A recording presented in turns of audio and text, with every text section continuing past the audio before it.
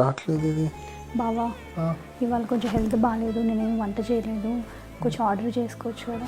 ఏం చేయండి, ప్రతి 2 రోజులకు ఒకసారి హెల్త్ ఇవ్వలేదని ఆర్డర్ పెట్టిస్తున్నావు. సరే అయితే ఏం లేదు కదా, ఆర్డర్ పెడతా.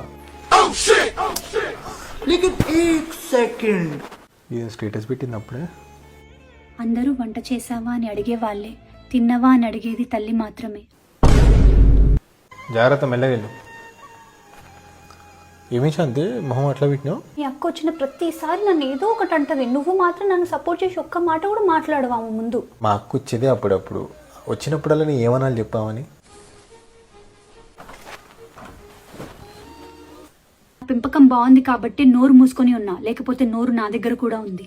దీన్ని సరే నాన్న, సరే ఉంటా మరి, బాయ్. ఏమైంది బావా, ఏమంటుంది మామయ్య? నాన్న వాళ్ళ పర్సనల్ మ్యాటర్, నీకు చెప్పిన అర్థం కాదు.